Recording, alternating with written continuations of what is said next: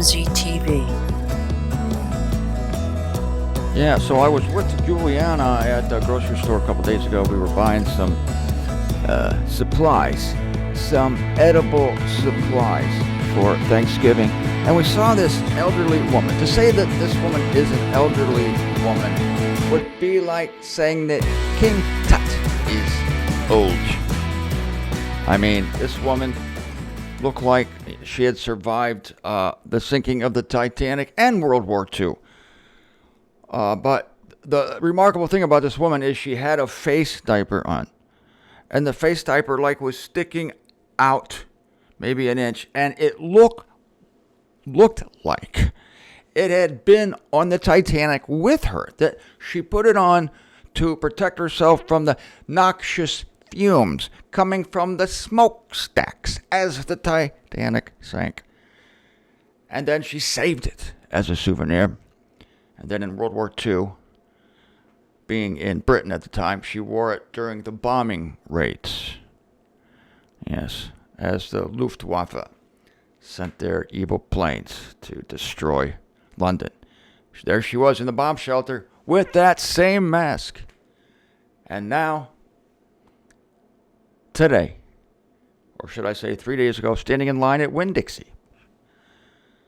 So enamored of this face diaper is she, that she is still wearing it. And Juliana and I just marveled at the quality of the air. The air being filtered through the death diaper. I will call it a death diaper at this time. Was stunning. You would think that a woman as ancient as this one would have gained some sort of wisdom over the years. But I guess this just goes to show you of the hypnotic, cult-like effect of many of the contemporary, quote, news, unquote, outlets. Welcome to MZTV. This is Martin Zender. Yes, today the topic is virtue signaling. This woman, I don't think she was virtue signaling. I just think she was stuck in a 100-year rut. 100-year-old rut, yeah. Oh, no, would she be 120-year-old rut? I think she was 120. Let's see, the Titanic sank in 1912, 22, 32, 42, 52. So 2012 would be 100 years. 119 years. She's 119 years old. She's doing pretty good. She somehow collected all her groceries. But other people, those people you see driving alone with their face diapers, incredible. Riding a bicycle with their face diapers. Do you remember the guy I told you about before, Mr. Florida?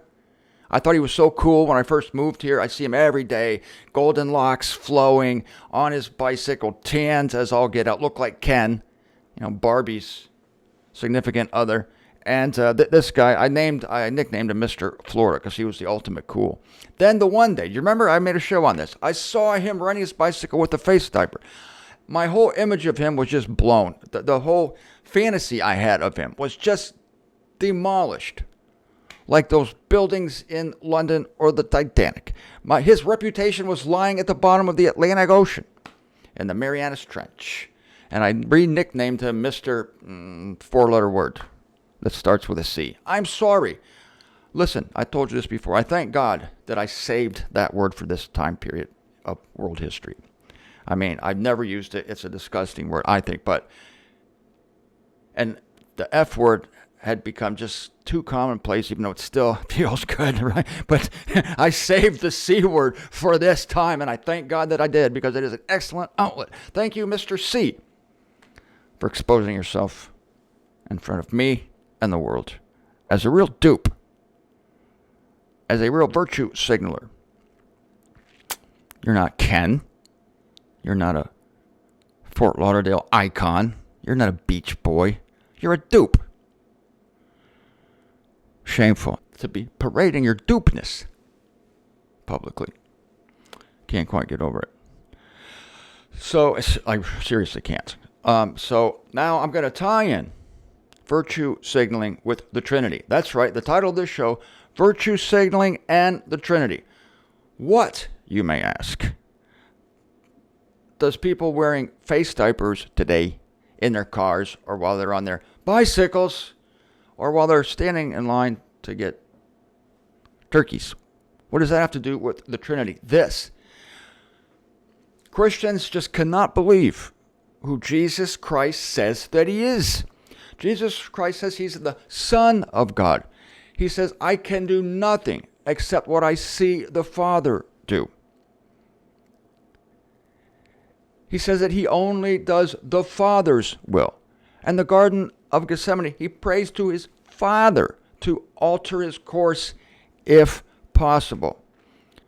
The Apostle Paul calls God the God and Father of our Lord Jesus Christ. He's the God of Jesus Christ. Revelation 3:14 calls him the God's creative original. Other translations say the original creation of God. Christ came into being out of God. Jesus said, I came out of the Father. I came out of the Father. And everything else came out of him. He came out of the Father. That means he was not pre-existent before God or with God. I mean, we could say, he was pre-existent before he became a man. Don't misunderstand me there. But he was not part of a mystical Godhead or a mystical Trinity. He was not that. In other words, he was not timeless. He was not in that, quote, eternal realm, whatever that was. No, he had a beginning. He's the firstborn of the creation of God. What does that tell you? This may be a figure of speech, but the truth is valid. He was born, came out of God. That was before he was born out of Mary, by the way. So he's constantly saying this. He's constantly calling God his Father. He's constantly submitting himself to the Father's will. Not my will, but your will be done. What does that tell you? We got two separate beings here. Not my will, but your will. My will, your will. Son, Father. Born, not born. Having a beginning, not having a beginning. Simple stuff, right? Oh, no. Because we have virtue signalers who don't want to believe what Christ says of himself because they think it's too humble for him. Oh, we can't have this for you. Oh, no, it's too humble for you. We're going to fix your resume. Yes, we're going to fix your resume, Jesus. Don't get all down on yourself now. You came to do God's will. You can do nothing except what you see the Father doing. You submit your will to the Father's. Come on. You're better than that. You're better than that. This makes you look weak. Come on, don't you know the principles of virtue signaling? We are going to fix your resume and we are going to elevate you to God's status there. We have fixed it. Get used to it. Stop these derogatory phrases you have concerning yourself. You are God. You are the Father. You can't die. What's this talk of being in the tomb for 3 days? No, your body was in the tomb. Jesus, don't say you were in the tomb. You weren't in the tomb for 3 days.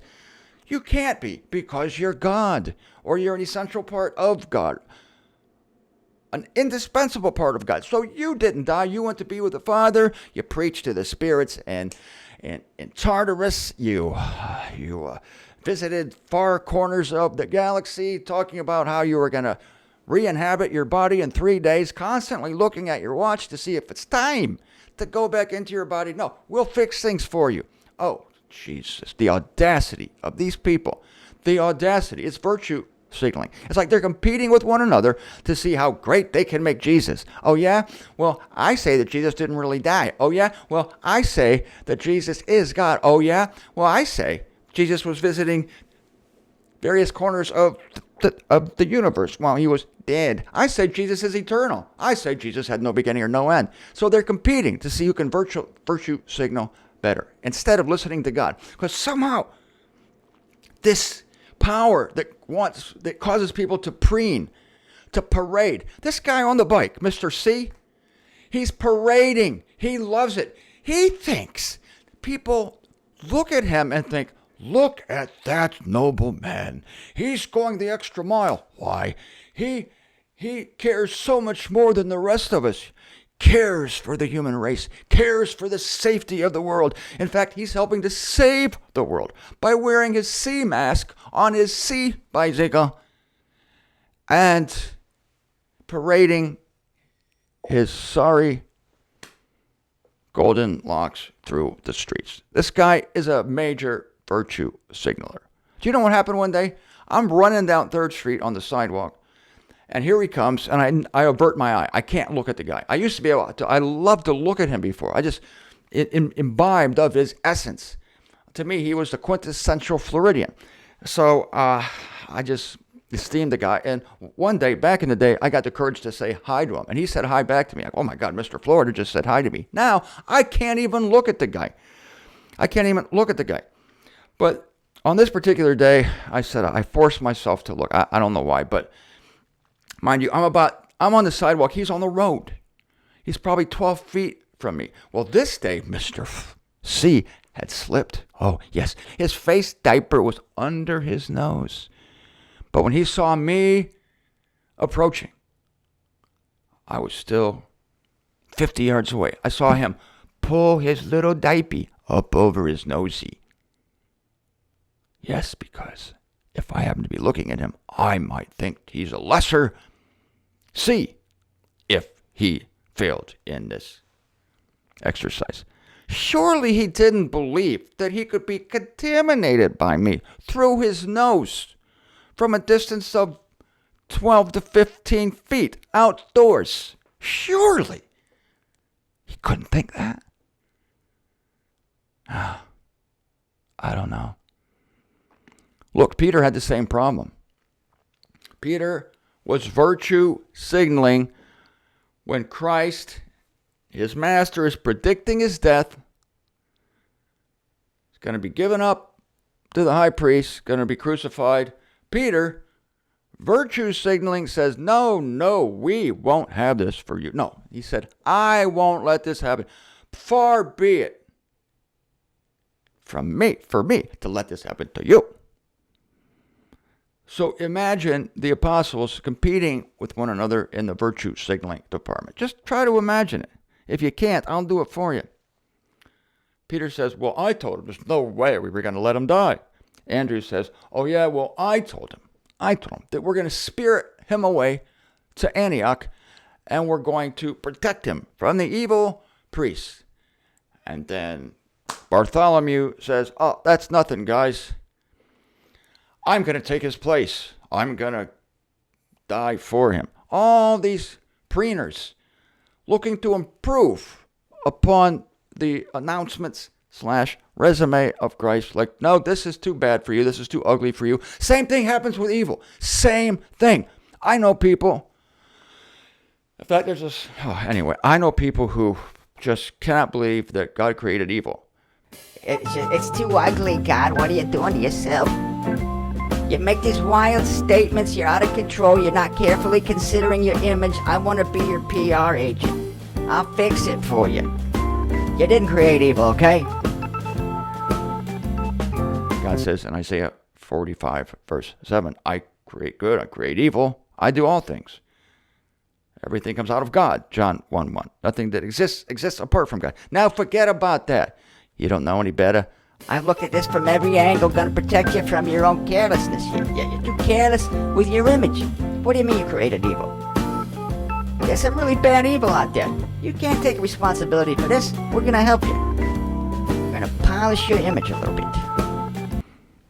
Yeah. Gonna spin ya. We're gonna spin ya. And so everybody's competing to see how much they can improve God's image, to see how much they can protect God from his careless statements, to protect Jesus from his careless statements.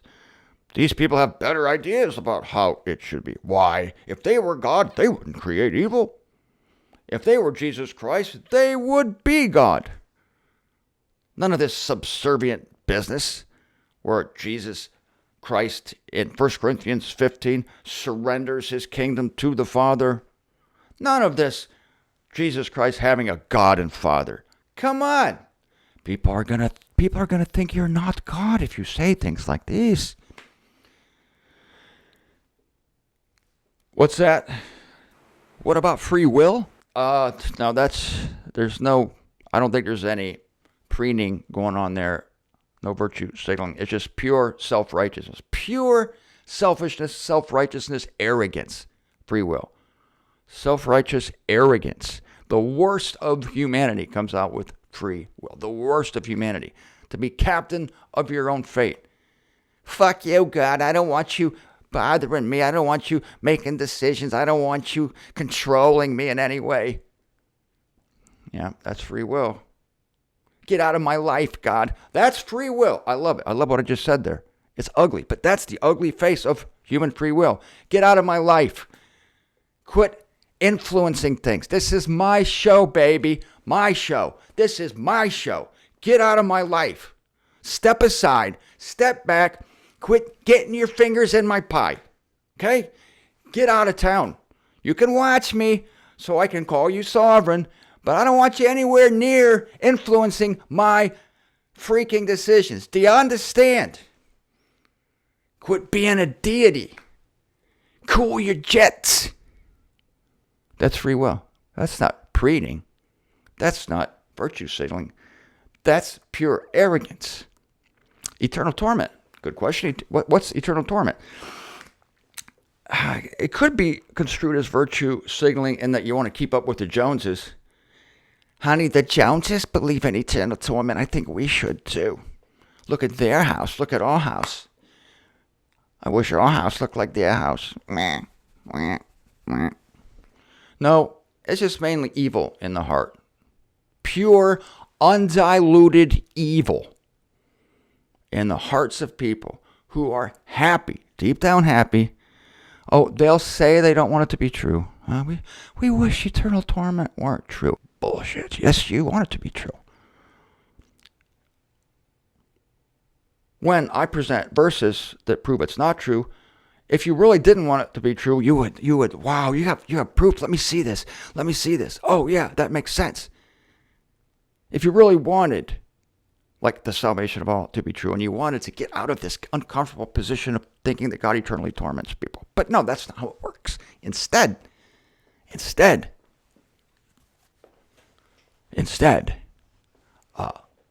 it's more like straining to see how verses can be twisted, straining to not look at the facts out of the Greek, the mistranslation of Ion, the mistranslation of Hades, Gehenna, Tartarus, straining to find a wrinkle so that eternal torment can be true, not straining to find, a translation issue that proves it's not true. No, that's just pure evil in the heart. So I think I've made my point today. People who believe in the Trinity are virtue signalers. People who believe in free will are arrogant, self-righteous nincompoops. And people who believe in eternal torment are just pure evil. Martin Zender, at your service.